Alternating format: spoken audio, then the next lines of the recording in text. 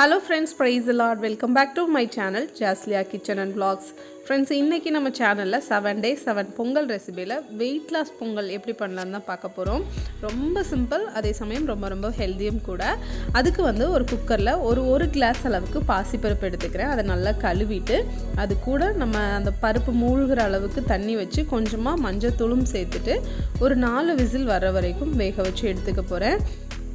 Next வந்து ஒரு class பருப்புக்கு 2 கிளாஸ் அளவுக்கு ஓட்ஸ் எடுத்து நல்லா மிதமான சூட்டில் வச்சு வெறுமே எந்த ஆயில் எதுவுமே சேர்க்காம ட்ரை ரோஸ்ட் பண்ணிக்கணும். ட்ரை ரோஸ்ட் பண்ணதுக்கப்புறமா ஒரு 6 கிளாஸ் அளவுக்கு தண்ணியை சேர்த்துட்டு நல்லா அந்த ஓட்ஸ் வந்து பாயில் ஆகணும். பாயில் ஆகிற வரைக்கும் வெயிட் பண்ணணும். இப்போ இந்த ஸ்டேஜில் நம்ம ஆல்ரெடி வேக வச்சு மசிச்சு வச்சுருக்கோம் இல்லையா, அந்த பாசி பருப்பை வந்து இதில் சேர்த்துட்டு எல்லாத்தையுமே ஒன்றா நல்லா மிக்ஸ் பண்ணிடணும். இந்த பொங்கல் வந்து வெயிட் லாஸ்க்கு ரொம்ப ஹெல்ப் பண்ணும். ஸோ கண்டிப்பாக ட்ரை பண்ணுங்கள், டேஸ்டியாகவும் இருக்கும்.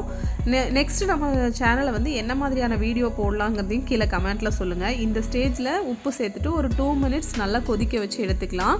வேற ஒரு கடாயில் ஒரு 2 டேபிள் ஸ்பூன் அளவுக்கு நெய் சேர்த்துட்டு 10 போல் முந்திரி, ஒரு அரை ஸ்பூன் மிளகு, 1/4 ஸ்பூன் ஜீரகத்தை தட்டி சேர்த்துக்கணும். கூடவே ஒரு 2 பச்சை மிளகாவையும் கீரி சேர்த்துக்கணும். ஒரு கைப்பிடி அளவுக்கு கொத்தமல்லி கருவேப்பிலை சேர்த்துட்டு அது கூடவே ஒரு பிஞ்ச் அளவுக்கு பெருங்காயம் இருக்கு இல்லையா, அந்த தூள் சேர்த்துட்டு தாளித்து நம்ம ஆல்ரெடி ரெடி பண்ணி வச்சுருக்கிற பொங்கலில் சேர்த்துட்டோம்னா நம்மளுடைய க்ரீமியான வெயிட் லாஸ் பொங்கல் சூப்பராக ரெடி ஆகிடும். அப்புறம் என்ன, சட்டு புட்டுன்னு செஞ்சு கொடுத்து அசத்துங்க. உங்களை இன்னொரு வீடியோவில் மீட் பண்ணுறோம். அது வரைக்கும் பாய். ஒரு நிமிஷம் ஸ்கிப் பண்ணிடாதீங்க. அடுத்து நம்ம சேனலில் என்ன ரெசிபி வேணுங்கிறத கீழே கமெண்ட்டில் சொல்லுங்கள். தேங்க்யூ.